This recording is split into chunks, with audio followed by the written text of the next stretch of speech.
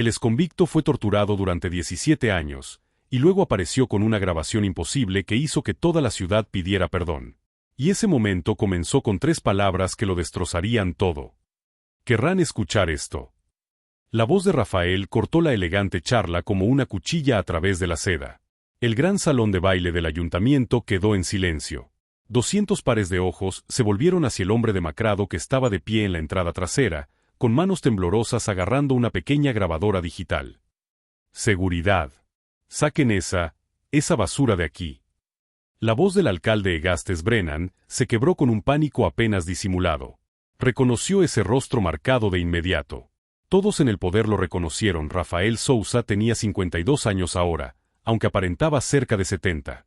17 años atrás, era solo un obrero de la construcción, 35, casado con su novia de la infancia, padre de una hija de 6 años que dibujaba superhéroes.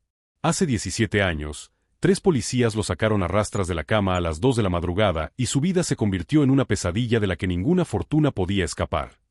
Un paso más y todos ustedes se arrepentirán por el resto de sus miserables vidas, dijo Rafael. Su voz era firme a pesar del temblor en sus manos. Pero sus ojos, esos contaban una historia diferente. Tenía la calma que solo proviene de alguien que ha pasado por un infierno y ha regresado con un propósito. El juez Henry Calvel, el invitado de honor de la noche celebrando 50 años en el tribunal, se levantó lentamente de su asiento en la mesa principal. Su rostro, sonrojado por el champán, palideció.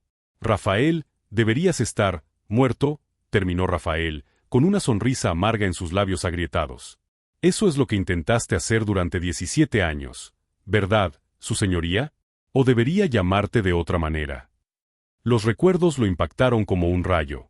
La primera sala de interrogatorios, donde el detective Marcus Webb sonrió demasiado para alguien que investigaba un asesinato. Las conversaciones susurradas entre guardias cuando creían que se había desmayado por las palizas. El juicio que duró menos de 3 horas. Las miradas cómplices que intercambiaron el juez y el fiscal cuando creían que nadie los veía. Guardias, arresten a este hombre inmediatamente, ordenó el doctor Clarence Foster, presidente del ayuntamiento. Pero los 2 agentes de seguridad dudaron, con la mirada fija en la grabadora que Rafael tenía en las manos. 17 años, continuó Rafael, cada palabra cargada con el dolor que transforma a los hombres. 17 años en una celda más oscura que cualquier pesadilla que hayan tenido. 17 años siendo torturado por un crimen que no cometí. 17 años mientras todos ustedes, señaló lentamente a la sala, señalando rostros que de repente no podían sostener su mirada, construían sus fortunas, sus reputaciones, sus pequeñas vidas perfectas sobre una mentira. La fiscal Beatrice Harley se atragantó con el vino. Ella había sido la fiscal que exigió 30 años, la que llamó a Rafael un monstruo en sus alegatos finales. Esto es una locura. Este hombre es un criminal convicto. Fue sentenciado por el asesinato de Amanda Foster, de 19 años, hija del entonces concejal Clarence Foster, completó Rafael, con la mirada fija en el hombre que ahora parecía físicamente enfermo. Solo que Amanda Foster no está muerta, ¿verdad? Una oleada de murmullos de asombro resonó en el salón como un trueno. Se volvió loco en la cárcel. Que alguien llame a la policía. Rafael levantó la grabadora por encima de su cabeza. Este dispositivo contiene 47 minutos de audio. Una conversación muy interesante entre el juez Henry Calvel, el detective Marcus Webb, el entonces fiscal Robert Manning y el concejal Clarence Foster. Una conversación que tuvo lugar 3 días antes de la supuesta muerte de Amanda. Una conversación en la que planearon, con meticuloso detalle, cómo hacer desaparecer a una chica e incriminar al trabajador pobre más conveniente que pudieran encontrar. Eso es mentira. La compostura del juez Calvel se hizo añicos por completo. Guardias, arréstenlo ya. Está inventando. Rafael funciona a la perfección, citó Rafael, presionando el botón de reproducción. La inconfundible voz del juez Calvel llenó la sala a través de los altavoces. Renovó la casa de Foster el mes pasado. Es fácil plantar pruebas. Nadie lo cuestionará. Es pobre, sin educación, sin recursos para defenderse adecuadamente. Rafael pausó la grabación. El silencio que siguió fue ensordecedor. Al alcalde Brennan le temblaban las manos al aflojarse la corbata. El profesor Morgan, presidente del Consejo de Ética de la universidad, se dio la vuelta, incapaz de mirar a nadie a los ojos. La pregunta no es si intentarán matarme ahora para proteger sus secretos, dijo Rafael, guardando cuidadosamente la grabadora en el bolsillo. La pregunta es cuántas copias de esta grabación están ya en las manos adecuadas. ¿Cuántos periodistas recibieron este archivo por correo electrónico en las últimas 2 horas? ¿Cuántas copias físicas se enviaron al FBI, a organizaciones de derechos civiles, a cadenas de noticias de todo el país? El concejal Foster, que había permanecido en silencio hasta entonces, finalmente habló, con una voz apenas un susurro. ¿Qué quieren? ¿Dinero? Quiero, interrumpió Rafael, con una emoción tan cruda que hacía que todos se estremecieran, que toda esta ciudad sepa qué clase de monstruos son en realidad. Quiero que cada persona en esta sala sienta lo que es que les roben la vida. Quiero justicia. En ese momento, las puertas principales se abrieron de golpe. Una mujer de unos 36 años entró, flanqueada por 2 agentes del FBI. Su rostro les resultaba familiar a muchos de los presentes, los mismos ojos verdes, el mismo cabello castaño. «Dios mío», susurró alguien. Es imposible, Amanda Foster», anunció la mujer con voz clara e inquebrantable. «Y estoy aquí para contar la verdad sobre la noche en que mi padre me obligó a desaparecer para proteger sus planes de corrupción». El juez Caldwell se tambaleó hacia atrás, aferrándose a su silla. El concejal Foster intentó desesperadamente llegar a la salida trasera, pero agentes del FBI ya bloqueaban todas las puertas. En ese momento, mientras la sala se sumía en el caos y los teléfonos con cámara empezaban a grabar desde todos los ángulos, Rafael sintió algo que no había experimentado en 17 años. No era exactamente felicidad, sino algo cercano a la paz. Porque todos seguían pensando que la grabación era la peor prueba que tenía. Todos seguían creyendo comprender la magnitud de su caída si supieran que más había guardado en una bóveda de un banco, con instrucciones de ser revelado si algo le ocurría en las próximas 48 horas, estarían de rodillas ahora mismo. Los documentos que demostraban que esta conspiración era mucho más profunda que un hombre incriminado. Transferencias bancarias, actas judiciales falsificadas, conexiones con otros 3 casos sin resolver donde sospechosos convenientes habían sido los culpables. Pero Rafael había aprendido algo durante 17 años en el infierno: la verdadera justicia no se imparte de golpe. Se administra en dosis calculadas, cada revelación más devastadora que la anterior. Y su caída apenas comenzaba. Si sientes la intensidad de esta historia, no olvides suscribirte al canal, porque lo que suceda a continuación hará que esta noche parezca una merced. El salón de baile se sumió en el caos. Los flashes de las cámaras estallaban desde todos los ángulos mientras los invitados corrían hacia las salidas que los agentes del FBI ya habían sellado. El juez Caldwell se desplomó en su silla, sus manos temblorosas tiraron una copa de cristal que se hizo añicos sobre el mantel blanco. El sonido le recordó a Rafael algo más, el sonido de sus costillas al romperse durante el primer mes en esa celda. Esto es una trampa. El detective Webb, ahora subjefe Webb, se abrió paso entre la multitud, con la cara roja de rabia. Esa grabación es inventada. Tecnología de efaque. Este convicto está intentando... ¿de efaque? Amanda Foster dio un paso al frente, sacando una carpeta manila de su bolso de cuero. Entonces, explique esto. Desparramó fotografías por la mesa principal. Imágenes de ella misma a diferentes edades, 16, 17, 18, junto a su padre en varios lugares. Todas fechadas después de su supuesto asesinato. O quizás te gustaría explicarme la cuenta bancaria que mi padre tenía para mí en Suiza. La que lleva 17 años recibiendo ingresos mensuales. Al concejal Foster le fallaron las piernas. Se agarró al borde de la mesa, con los nudillos blancos. Amanda, por favor, no entiendes lo que haces. Lo entiendo perfectamente, papá. Su voz se quebró. Años de culpa reprimida finalmente afloraron. Tenía 17 años cuando me dijiste que teníamos que desaparecer unos meses. Dijiste que era por tu campaña, que volveríamos cuando todo se arreglara. Nunca me dijiste que habías incriminado a un inocente. Nunca me dijiste que alguien se estaba pudriendo en la cárcel por tu ambición. Rafael observó la escena con una expresión que perturbó a quienes la vieron, ni satisfacción, ni ira, sino algo más frío. Cálculo. Porque esta revelación, por explosiva que fuera, representó solo la primera ficha de dominó. La verdadera historia era más profunda de lo que cualquiera en esa sala imaginaba. 17 años antes, Rafael estaba terminando las renovaciones en la casa de verano de la familia Foster cuando escuchó algo que no debía. A través de una ventana abierta, voces discutiendo cifras que no tenían sentido para el salario de un concejal. Empresas fantasma. Cuentas en el extranjero. Un acuerdo de desarrollo que desplazaría a 300 familias de bajos ingresos. Siguió trabajando, sin decir nada, pensando que no era asunto suyo. 2 semanas después, Amanda Foster fue declarada muerta.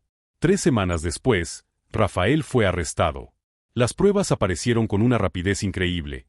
La sangre de ella en su camioneta, sus joyas en su garaje, su cabello en su ropa de trabajo.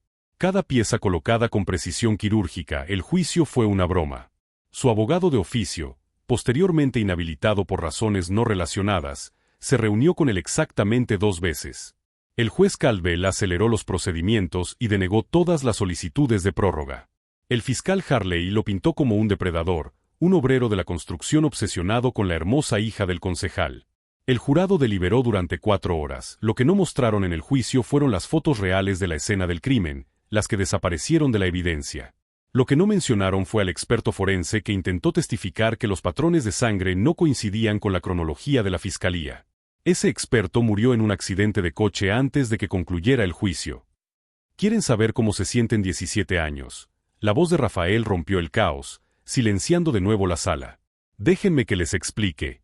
El primer año, me rompieron 3 costillas y me dijeron que fue porque tropecé. El segundo, 6 meses en régimen de aislamiento tras presentar una denuncia por brutalidad de los guardias. El tercero, me trasladaron a un centro donde el director le debía un favor personal al juez Caldwell. Sus manos ya no temblaban. Estaban firmes como una piedra. Para el 5.º año, mi esposa se divorció de mí. Mi hija, Emily, tenía 7 años cuando me llevaron, dejó de visitarme para el 8.º. Lo último que supe es que se cambió el apellido. No puedo culparla. ¿Quién quiere ser la hija del hombre que supuestamente asesinó a una adolescente? El alcalde Brennan intentó controlarse. Todo esto es muy trágico, pero son acusaciones graves sin pruebas más allá de una supuesta grabación sin pruebas. Rafael rió, con un sonido hueco. ¿Quieres pruebas, Egastes? Hablemos de los depósitos en efectivo que recibiste de la inmobiliaria de Foster 3 meses antes de la desaparición de Amanda. O de la propiedad vacacional en los Hamptons que, de alguna manera, apareció a nombre de tu esposa justo después de mi juicio. O deberíamos hablar del ascenso que recibió el detective Webb una semana después de asegurar mi condena. Webb se abalanzó sobre él, pero 2 agentes del FBI lo interceptaron. Te vas a arrepentir de esto, gruñó. ¿Te crees listo? No eres nada. Sigues siendo nada. Un obrero de la construcción jugando a ser detective. Este pequeño espectáculo no cambiará nada. Eso era lo que aún no entendían. Vieron a un hombre destrozado, alguien a quien despedir. Miraron el rostro lleno de cicatrices y la figura demacrada de Rafael y vieron debilidad.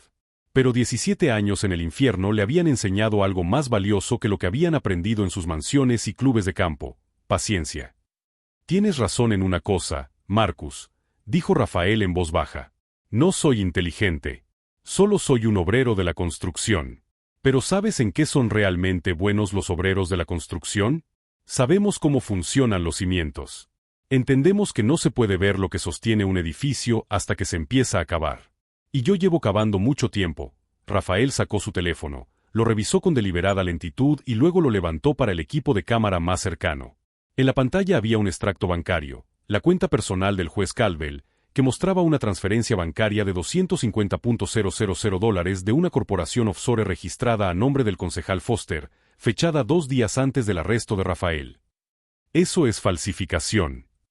Caldwell gritó, pero su voz carecía de convicción. ¿De verdad? Lo curioso de los registros bancarios digitales es que son muy difíciles de falsificar.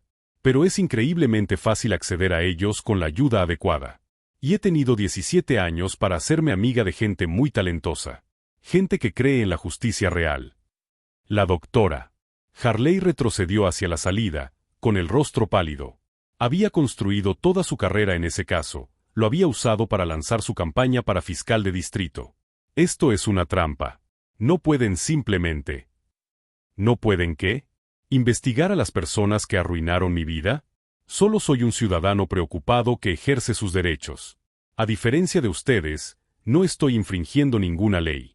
Solo digo la verdad. Los agentes del FBI se abrieron paso entre la multitud, acercándose a individuos específicos. Aparecieron esposas. El juez Caldwell se hundió aún más en su silla mientras un agente le leía sus derechos. El concejal Foster lloró abiertamente. Su máscara política finalmente se desmoronó.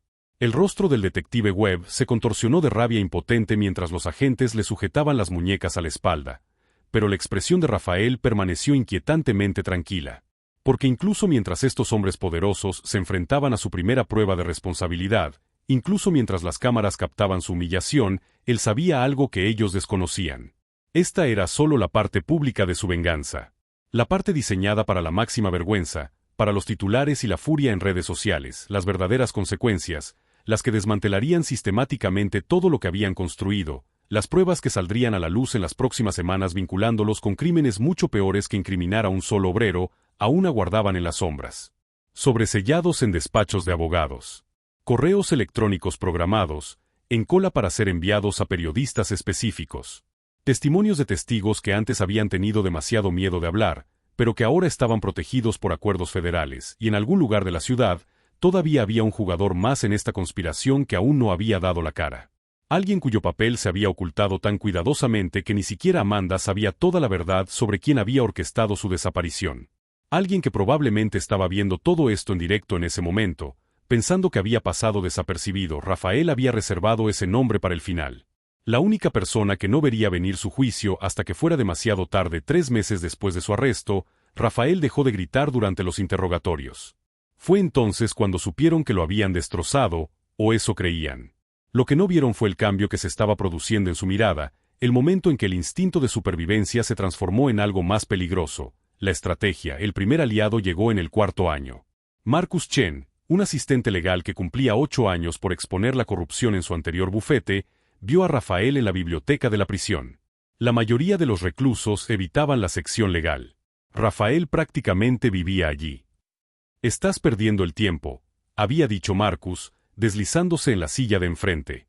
«El sistema que te trajo aquí no te va a dejar salir por el papeleo». Rafael levantó la vista de un libro sobre admisibilidad de pruebas. «Entonces aprenderé el sistema lo suficiente como para destruirlo desde dentro». Marcus lo observó un buen rato y luego sonrió. «Puede que estés lo suficientemente loco como para hacerlo. Me gusta». Durante los siguientes 6 años, Marcus le enseñó a Rafael todo: procedimientos legales, cómo presentar mociones, dónde encontrar lagunas legales, cómo se protegían los poderosos. Y lo más importante, le enseñó a Rafael a tener paciencia. «La venganza es arquitectura», decía Marcus. «Necesitas un plano antes de empezar a construir». El segundo aliado apareció en el 9º año. Tomás Rivera, un funcionario de prisiones transferido de otro centro, notó irregularidades en el expediente de Rafael. Cosas que no cuadraban. Informes médicos que se contradecían. Registros de visitas alterados. Tomás no se presentó de inmediato. Observó. Verificó.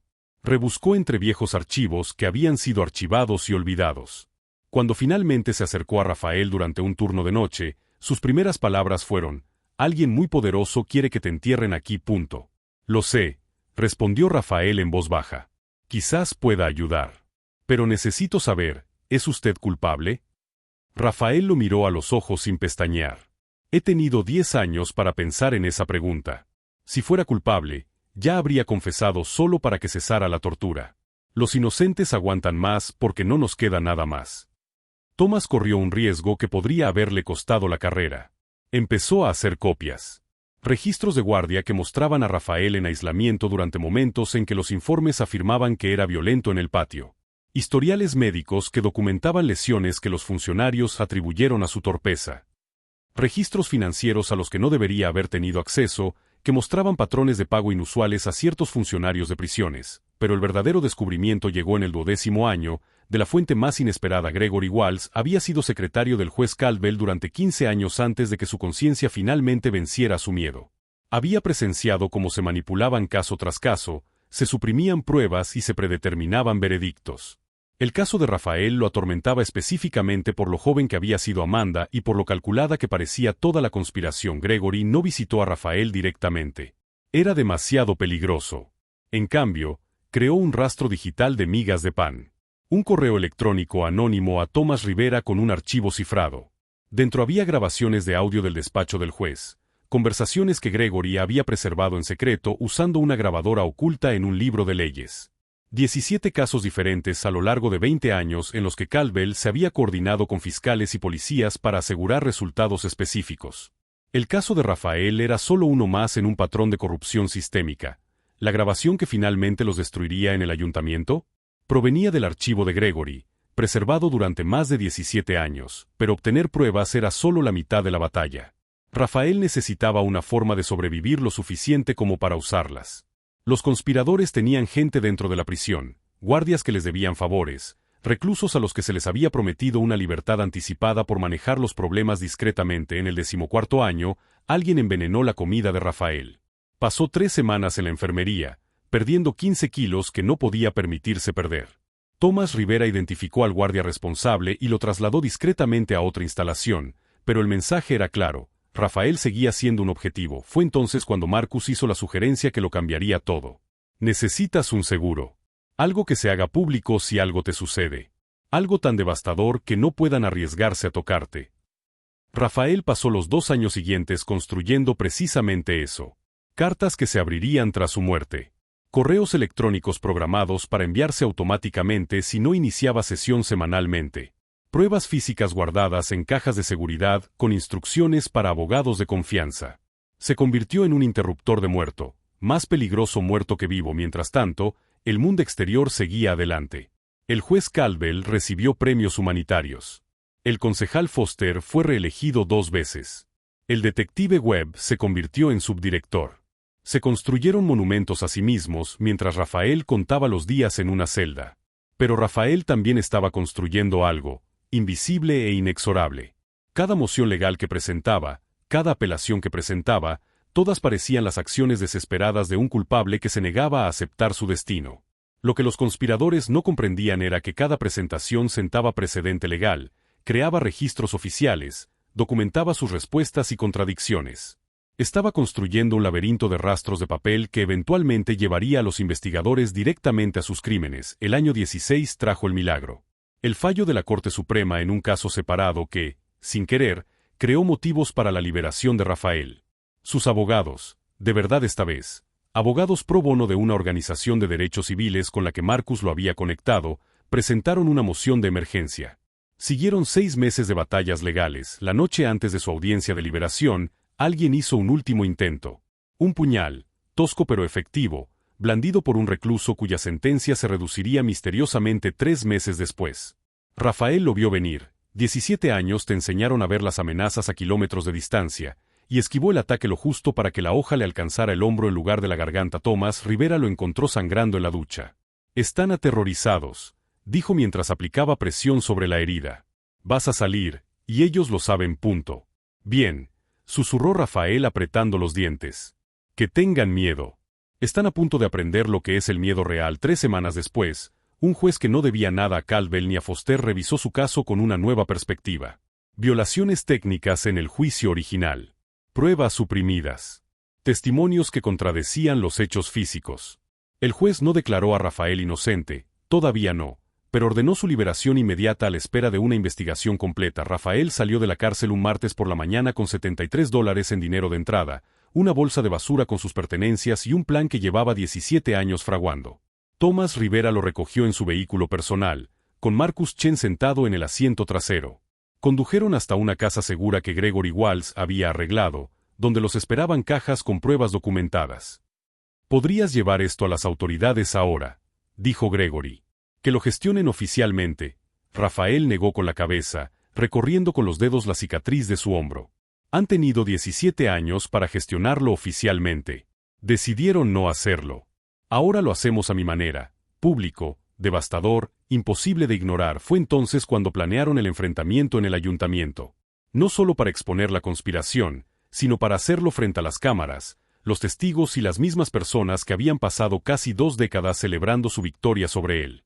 Rafael quería que se sintieran como él, impotentes, expuestos, sin ningún lugar al que escapar, pero incluso ahora, sentado en esa casa segura rodeado de pruebas, Rafael ocultaba un secreto incluso a sus aliados más cercanos. Un nombre que no había compartido. Porque la persona que realmente había orquestado la desaparición de Amanda, quien había coordinado a todos los implicados, quien más se beneficiaría de la conspiración, esa persona no estaba en el ayuntamiento esa noche. Esa persona estaba mucho más cerca de casa de lo que nadie sospechaba. Y el siguiente movimiento de Rafael los obligaría a salir a la luz, Quisieran o no, la verdadera pregunta no era si se haría justicia. Después de 17 años, Rafael se había asegurado de que el resultado fuera inevitable. La verdadera pregunta era si la ciudad podría manejar la verdad sobre quién había estado realmente moviendo los hilos todo el tiempo. Los agentes del FBI escoltaron al juez Caldwell, al concejal Foster y al subdirector Webb fuera del salón de bailes posados, pero Rafael permaneció inmóvil en el podio. Las cámaras de noticias seguían grabando. Cientos de teléfonos seguían grabando. Esto era justo lo que necesitaba. Antes de que nadie se vaya, la voz de Rafael interrumpió a la multitud murmurante: «Hay algo más que necesitan escuchar». La grabación completa, el alcalde Brennan, a medio camino de la salida, se quedó paralizado. Su rostro pasó de pálido a ceniciento. «Eso no es necesario. Las autoridades tienen copias. Ellos... Oh, creo que es muy necesario, Egastes». Rafael pulsó el botón de reproducción de la grabadora, y esta vez no se detuvo tras la primera línea incriminatoria. La voz del juez Caldwell volvió a llenar la sala, pero ahora emergía el contexto completo. «La chica Foster sabe demasiado. Escuchó todo el plan de desarrollo. No podemos arriesgarnos a que hable con nadie, sobre todo después de que el Times empezara a husmear en nuestros permisos». Otra voz, la del concejal Foster, más joven pero inconfundible: «Es mi hija, Henry. Tiene que haber otra manera». «No la hay. Pero no tenemos por qué hacerle daño. La reubicamos, le proporcionamos un lugar cómodo. Si desaparece, alegamos crimen y necesitamos un sospechoso que no pueda defenderse». Luego, una tercera voz, una que dejó atónitos a varios presentes en el salón. El alcalde Egastes Brennan, 17 años más joven, pero con toda claridad: «Conozco a la persona indicada. Rafael Sousa. Ha estado haciendo preguntas sobre los permisos y ha notado algunas irregularidades. Es lo suficientemente inteligente como para ser peligroso, pero lo suficientemente pobre como para que nadie le crea más que a nosotros». El alcalde Brennan se abalanzó sobre Rafael, con la desesperación superando a la cautela.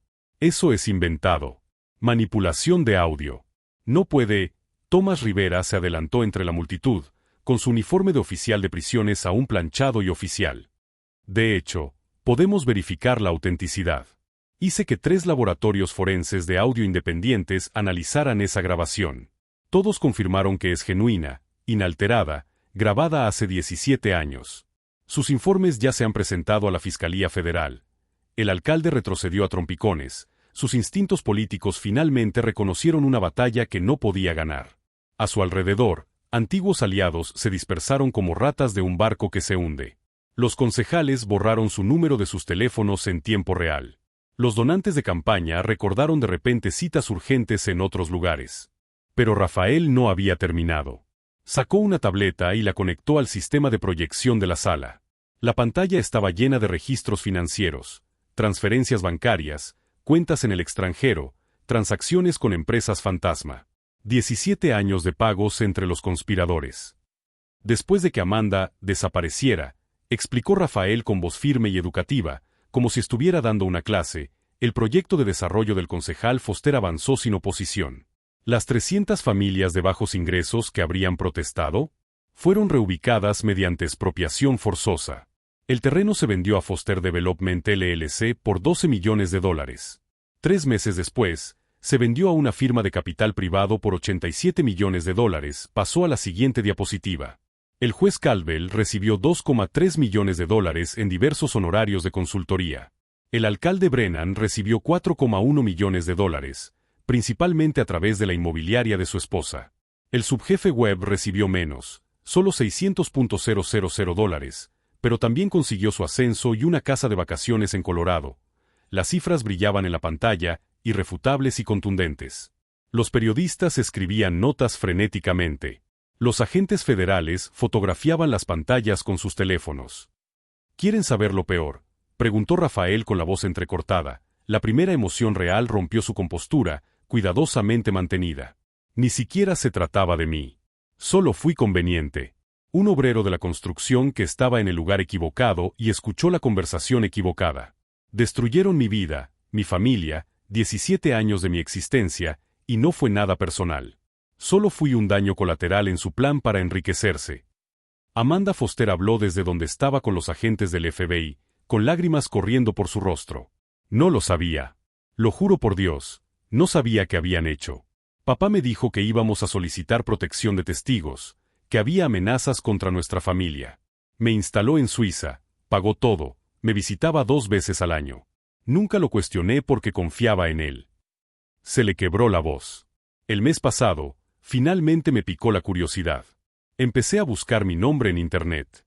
Encontré artículos sobre mi asesinato, sobre tu condena, sobre tu hija Emily, que perdió a su padre a los 7 años. Contacté con un abogado, quien contactó con el FBI, y fue entonces cuando supe la verdad sobre el coste de mi desaparición. Rafael la miró y, por primera vez esa noche, su expresión se suavizó un poco. Tenías 17 años. Eras una niña. Esto no es culpa tuya. Pero podría haber, tú también fuiste una víctima, dijo con firmeza. Me arrebataron 17 años. También te arrebataron 17 años a ti, tu vida real, tus amigos, tu futuro. No cargues con la culpa de sus pecados. Marcus Chen emergió de la multitud, empujando un carrito lleno de cajas de documentos. También tenemos pruebas de otros 3 casos, anunció, con su formación de asistente legal evidente en su precisión. Otras 3 personas condenadas por delitos que probablemente no cometieron, todos bajo la jurisdicción del juez Caldwell, todos relacionados con acusados que interfirieron en proyectos de desarrollo con conexiones políticas. El patrón es inconfundible. El juez Caldwell, aún esposado cerca de la puerta, finalmente se derrumbó por completo. Hipócrita santurrón, le gritó a Rafael. ¿Te crees mejor que nosotros? ¿Crees que esta pequeña actuación te convierte en un héroe? Solo eres un exconvicto con una venganza. Rafael caminó lentamente hacia él, con cada paso medido y deliberado. Cuando habló, su voz era baja, pero se oyó a través de la silenciosa sala. No, Henry. No soy mejor que tú. Soy exactamente lo que tú me hiciste, alguien sin nada que perder y con 17 años para planear cómo derribarte. La diferencia es que no pretendo ser algo que no soy. Tú vestiste una toga de juez y vendiste la justicia al mejor postor. Yo vestí los galones de la prisión y mantuve mi integridad. Se volvió hacia las cámaras. De todo lo que han visto esta noche, las grabaciones, los documentos financieros, el testimonio de los testigos, se han enviado copias a todos los principales medios de comunicación, al FBI, al fiscal general del Estado, al Departamento de Justicia y a varias organizaciones de derechos civiles. Ya no se trata de mi venganza. Se trata de exponer. Se trata de asegurarnos de que todos sepan que la justicia en esta ciudad se compraba y vendía como si fuera una mercancía. Gregory Walls, el secretario del juez Caldwell, dio un paso al frente. También he testificado bajo juramento en otros 47 casos en los que presencié mala conducta judicial. El proceso de apelación ya ha comenzado para 12 acusados que podrían haber sido condenados injustamente. La sala volvió a estallar en caos. Los periodistas gritaban preguntas. Los agentes federales hacían llamadas telefónicas. Los funcionarios municipales intentaron irse, pero se encontraron con periodistas bloqueando todas las salidas, cámaras grabando y un torrente de preguntas. Rafael observaba todo con algo parecido a la paz. No era felicidad. 17 años no se podían deshacer, su hija no podía recuperar su infancia, su exesposa no podía olvidar el trauma. Pero la justicia, la verdadera justicia, por fin estaba llegando. El alcalde Brennan hizo una última jugada desesperada. Rafael, por favor. Podemos arreglar esto. Compensación económica, disculpa pública, lo que quieras. Simplemente detén esto antes de que destruya todo el gobierno de la ciudad. Rafael casi rió.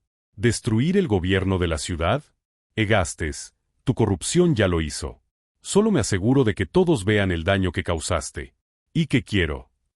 Hizo una pausa, dejando que el momento se alargara. Quiero que sientas lo que yo sentí. Impotente. Expuesto. Viendo cómo todo lo que construiste se derrumbaba sin poder hacer nada para detenerlo, los agentes del FBI comenzaron a llevarse a más gente. El interventor de la ciudad, que había ayudado a ocultar las transacciones financieras. 2 concejales más que habían aceptado pagos.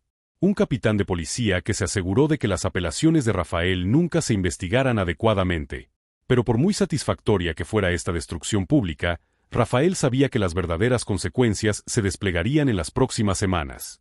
Juicios penales que acapararían los titulares. Demandas civiles que llevarían a la ruina a los conspiradores. Inhabilitaciones profesionales, exilio político, sentencias de prisión que les permitirían experimentar lo que él había vivido, y aún quedaba una revelación más, una última pieza del rompecabezas que completaría su venganza. Porque la persona que primero sugirió usar a Rafael como chivo expiatorio, quien lo identificó como el chivo expiatorio perfecto, Esa persona aún no estaba esposada. Esa persona se había mantenido en la sombra, creyendo que había escapado, pero mañana por la mañana, cuando esa persona abriera la puerta de su casa y se encontrara con agentes del FBI con una orden de arresto, finalmente le entenderían. Rafael Souza había pasado 17 años aprendiendo a tener paciencia, y tenía una memoria larguísima. 6 meses después de aquella noche en el ayuntamiento, Rafael se encontraba frente a un edificio completamente diferente. La recepción de la penitenciaría estatal era exactamente igual a la que había dejado un año atrás.